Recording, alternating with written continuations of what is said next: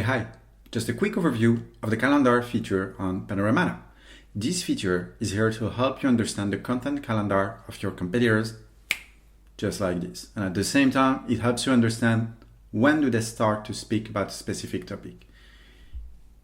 It's pretty easy. When you click on a calendar, you get access to the full calendar of all the marketing updates that we've detected for a specific brand.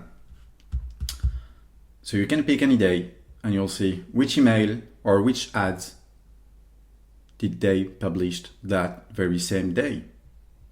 Now, here's when it starts to be interesting. For instance, you can search for summer and you'll see right away the days when they start to speak about summer in their strategy. And what else? Cozy, for instance. All right, no coziness during summer. You got cozy, December, November, October.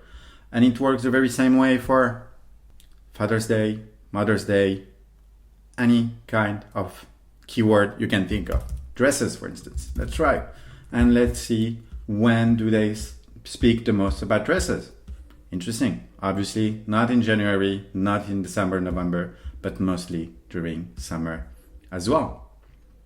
All right, that's what the feature is here for. And at the same time, you can also choose to only have a look at emails or ads if you want to get a bit more specific.